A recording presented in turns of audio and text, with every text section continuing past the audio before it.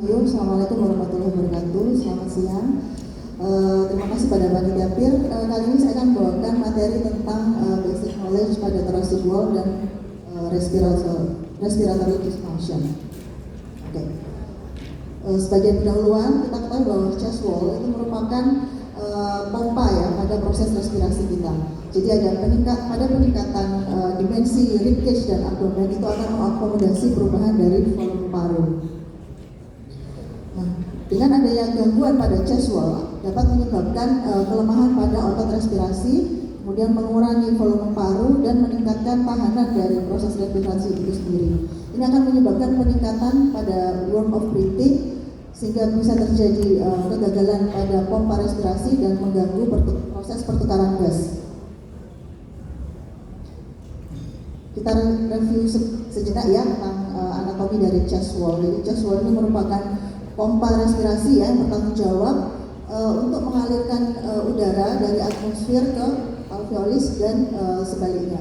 Terdiri dari tulang, jaringan ikat, otot, dan saraf. Untuk tulang terdiri dari sternum, ribs, dan spine, di mana pada pergerakan ribs bagian atas ya, pergerakan sternum ke arah anteroposterior ini menyerupai gerakan pump handle motion. Jadi apabila sternum mengalami pergerakan, dia akan menambah diameter rib cage ke arah anteroposterior. Sedangkan pada kosta bagian bawah yang 6 sampai 12 ini apabila untuk 6 sampai 10 apabila kosta mengalami pergerakan, dia menyerupai gerakan bucket handle motion sehingga akan meningkatkan diameter mediolateral atau transversal pada rongga toraks. Begitu juga dengan ribs ke 11 dan 12. Untuk otot pernafasan, kita ketahui bahwa inspirasi merupakan proses yang aktif ya, memerlukan kontraksi otot dan otot utamanya adalah diafragma. Kemudian dibantu dengan interkostal eksternal, di mana otot interkostal eksternal ini menstabilisasi rib cage untuk melawan tendensi dari gerakan toraks yang ke arah dalam akibat dari tekanan intratorakal yang negatif selama inspirasi.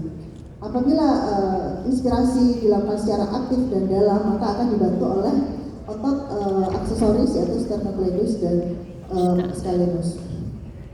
Untuk proses ekspirasi itu adalah proses yang pasif pada pernafasan yang quiet breathing. Jadi ekspirasi terjadi karena relaksasi dari otot diafragma dan otot interkostal eksternal.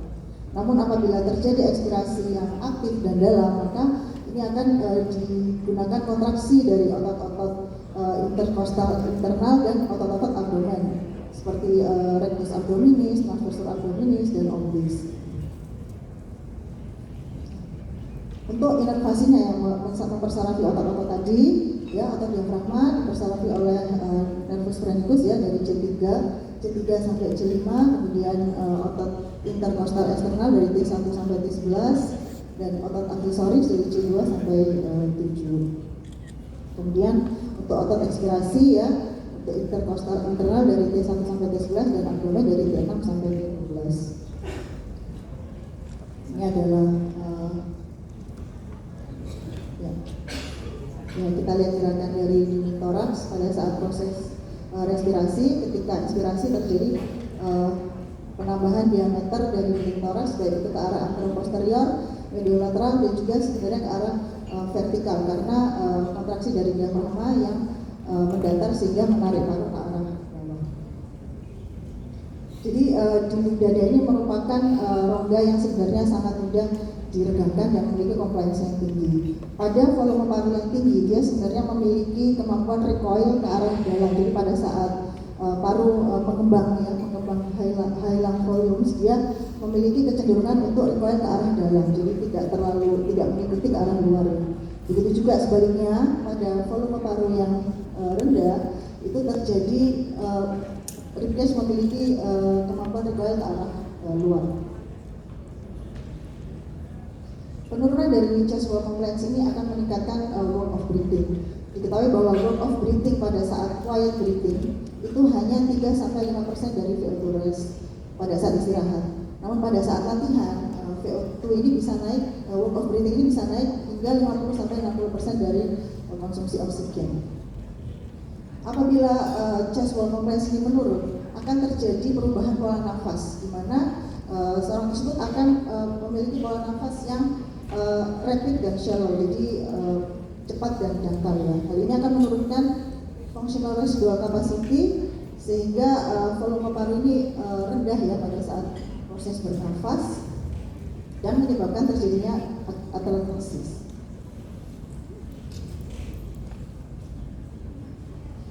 Mobilitas dari chest wall sebenarnya dipengaruhi oleh banyak faktor ya, antara lain usia, kemudian kekuatan dari otot pernafasan, kemudian bentuk toraks, elastisitas dari ribcage, sendi, dan penyakit pada pulmoner yang mendasar. Berikut adalah macam-macam penyebab dari disfungsi dari chest wall yang bisa akibat dari saraf ya atau muscles maupun dari bone dan soft tissue. Nanti akan kita bahas sebagiannya. Untuk pemeriksaan dari fungsi chest wall dapat kita lakukan secara klinis ya untuk mengetahui adanya deformitas ya, mungkin ada skoliosis atau pectus excavatum atau kyphosis ya. Kemudian kita juga cek adanya pola nafasnya, apakah pola nafasnya masih torakal, abdominal, atau bahkan paradoksal. Kemudian kita periksa juga kemampuan pengembangan dari ribcage, pemeriksaan chest ekspansi. Kemudian kita evaluasi juga kemampuan batuknya. Pemeriksaan penunjang dapat kita lakukan misalnya dengan pemeriksaan X-ray, pemeriksaan USG ya untuk mengetahui pergerakan diafragma atau ketebalan diafragma. Kemudian tes fungsi paru seperti pemeriksaan kekuatan otot respirasi, kemudian kemampuan batuk ya menggunakan alat big flow meter dan juga pemeriksaan spirometri untuk mengetahui fungsi paru. Kita masuk ke neuromuscular disease. Jadi sebagian besar neuromuscular disease itu akan mempengaruhi otot respirasi, mana pasien akan masuk pada risiko yang tinggi terjadinya komplikasi pulmoner.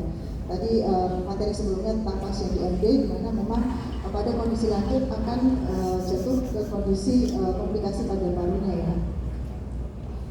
Jadi akan mempengaruhi fungsi diafragma, menyebabkan batuk yang tidak efektif dan kesulitan untuk mengeluarkan sekret. Ini adalah contoh-contoh penyakit neuromuskular seperti Duchenne, Becker, SMA, ALS, dan sebagainya.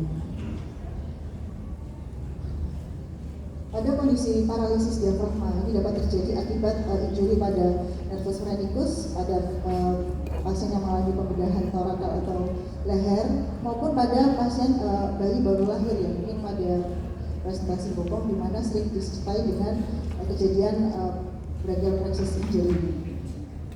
Pada diafragma yang mengalami paralisis ini akan mengalami elevasi dan akan terutama pada posisi supine karena ada tekanan dari organ abdomen. Apabila paralisis kedua sisinya, maka akan terjadi restriktif yang berat dan total lung capacity akan menurun hingga 50% prediktif. Ini adalah gambaran tes faal paru pada pasien dengan post-body dystrophy. Diketahui bahwa terjadi penurunan functional residual capacity dan penurunan volume tidal. Jadi kita lihat di sini volume tidalnya pendek dan frekuensinya tinggi. Jadi pola nafasnya adalah rapid and shallow breathing. Jadi semua menyebabkan penurunan dari vital capacity.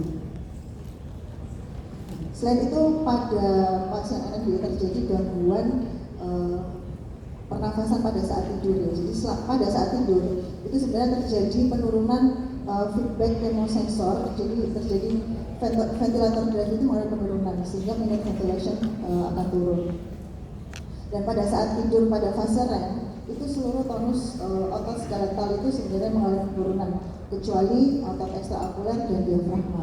Namun pada kasus neuromuscular disease yang memang ototnya sudah mengalami kelemahan termasuk diafragma, maka ini akan menyebabkan kondisi hipoventilasi dan gangguan pada pertukaran gas, sehingga pada saat tidur pasien akan sering terbangun dan waktu tidurnya akan kurang, sehingga pada saat daytime ya, pada saat siang dia akan cenderung somnolen dan fatigue. Ini adalah gambaran yang terjadi pada muscle dystrophy. Jadi ada kelemahan dari otot trunk yang nantinya juga akan menyebabkan skoliosis yang akan memperberat kondisi respirasinya, sehingga compliance dari chest wall akan menurun. Kelemahan pada otot respirasi akan menyebabkan hipoventilasi dan rapid shallow breathing, kemudian menyebabkan batuk yang tidak efektif, ya. Kemudian kelemahan pada otot bulbar juga akan menyebabkan gangguan obstruksi pada airway, dan ini semua akan menyebabkan peningkatan dari work of breathing. Berikutnya pada kondisi kyphoscoliosis, di mana terjadi distorsi dari trunk yang akan mengganggu pergerakan ribs. Jadi kondisi kyphoscoliosis ini akan mengganggu compliance chest wall secara langsung dan secara tidak langsung mengganggu compliance pada paru akibat dari terjadinya atelektasis. Untuk Cobb's angle, Cobb's angle adalah ini pengukuran pada spine untuk mengetahui derajat keparahan dari skoliosis. Nah, untuk lebih dari 100 derajat biasanya sudah memiliki gejala respirasi. Untuk lebih dari 120 biasanya sudah terjadi gagal nafas. Jadi pada kyphoscoliosis terjadi gangguan restriktif yang berat, ya. Pola nafas juga sama, rapid shallow breathing, sehingga work of breathing itu bisa meningkat hingga 3-5 kali, ya. Dan chest wall compliance ini sebenarnya dengan bertambahnya usia itu akan mengalami penurunan, walaupun tidak ada pemperburukan dari deformitas spinal.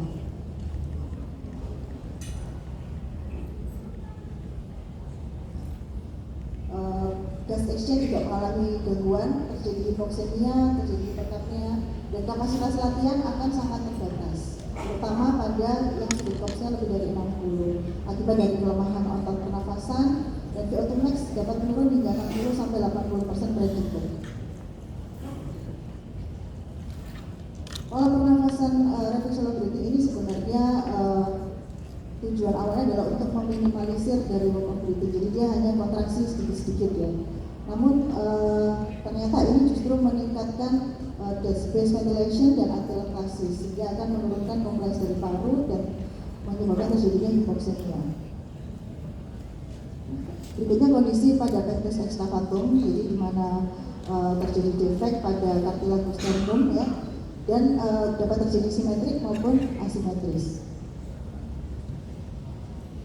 Sebagian besar pasien dengan pectus excavatum memiliki lung function yang normal. Namun memang kondisi yang stiffness pada ribcage ini menyebabkan compliance dari chest wall itu menurun. Dari pemeriksaan CPET untuk mengetahui kapasitas exercise itu biasanya normal, namun pada deformitas yang berat itu dapat mengalami penurunan pada VO2. Berikutnya flail chest. Jadi flail chest merupakan fraktur pada rib yang berurutan yang akan memproduksi adanya segmen pada rib cage, terutama disebabkan oleh trauma. Jadi yang dapat kita lihat pada pola nafasnya adalah pola nafas paradoksikal seperti ini. Jadi pada saat inspirasi yang seharusnya rib cage itu mengalami gerakan ke arah luar, karena tekanan intrapleural yang negatif, dia malah tertarik ke arah dalam. Begitu juga pada saat ekspirasi yang harusnya dia masuk ke arah dalam, dia malah terdorong ke arah luar. Ini yang terjadi pada flail chest. Jadi selain adanya flail segment, didapatkan juga adanya nyeri karena itu memang faktor, ya. Karena nyeri dia batuknya menjadi tidak efektif. Kemudian juga ada atelektasis, terjadi muscle dysfunction, terjadi hipoksemia, ya, peningkatan work of breathing, dan akhirnya dapat menyebabkan respiratory muscle fatigue dan respiratory failure. Berikutnya pada kondisi ankylosis spondylitis, di mana merupakan kronik inflamasi pada spine, costovertebral, apofisial, ya, terjadi bony ankylosis pada sendi-sendi ini, ya, menyebabkan stiffness pada ribcage dan penurunan chest wall compliance. Tapi sebenarnya untuk lung compliance-nya masih normal. Karena apa? Karena di abdomen dia masih abdomen itu masih compliant, sehingga paru masih dapat bergerak ke arah bawah. Jadi biasanya Dokter Nuri, maaf kurang 5 menit ya. Biasanya gangguan restriktif terjadi apabila sudah terjadi fibrosis. Otot interkostal akan mengalami kelemahan yang disebabkan karena terjadinya atrofi ya, karena memang mobilitas dari ribis itu mengalami penurunan sehingga otot interkostal tidak dikontraksi secara optimal, akhirnya terjadi atrofi. Namun tidak pada otot diafragma, diketahui bahwa kekuatan pada otot diafragma generally masih tetap karena pada pressure dari transdiafragma pada pasien ankylosis spondylitis itu mengalami peningkatan. Ini memberikan strength training stimulus tersendiri untuk diafragma sehingga dapat mempertahankan kekuatan otot diafragma. Untuk kapasitas latihan dapat mengalami penurunan, namun kemungkinan penyebab penurunan kapasitas latihannya karena diminution dari otot perifer dan penurunan kardiak output karena aktivitas dari ribis. Pada kondisi obesitas juga akan menyebabkan gangguan pada chest wall. Hal ini karena terjadi peningkatan volume dari lemak abdomen dan torakal yang akan mengkompres penekan dari ribcage dan abdomen. Ditambah lagi apabila perubahan posisi dari upright ke supine itu akan menyebabkan tahanan respirasi yang lebih tinggi.